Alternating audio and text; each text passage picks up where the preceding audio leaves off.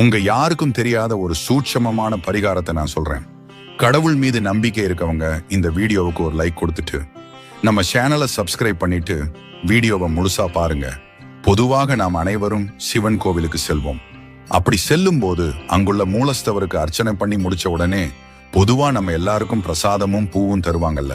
அந்த பூவை சிவனுக்கு எதிரில் இருக்கும் நந்திதேவர் மேலையோ இல்ல அருகிலையோ வச்சுட்டு வாங்க.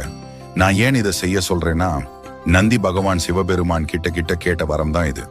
இங்கு வர பக்தர்கள் எல்லாம் என்னுடைய யோகம் கலையாமல் உன்னுடைய பிரசாதத்தை யார் ஒருவர் என்கிட்ட எடுத்துட்டு வந்து சேர்கிறார்களோ அவங்க கேட்கிற வரத்தை அள்ளி அள்ளி தருவது மட்டுமில்லாம முக்தி தருவேன், பிறவி இல்லாத வாழ்க்கை தருவேன் என்று சிவனிடம் நந்திதேவர் கேட்டதால் சிவன் இந்த வரத்தை நந்திக்கு அளித்தார். இந்த விஷயத்தை நீங்க கண்டிப்பா நம்பி செஞ்சீங்கன்னா திருமண தடை, ஜாதக தோஷம், அனைத்து விதமான பிரச்சனைகளும் கண்டிப்பா நீங்கிவிடும்.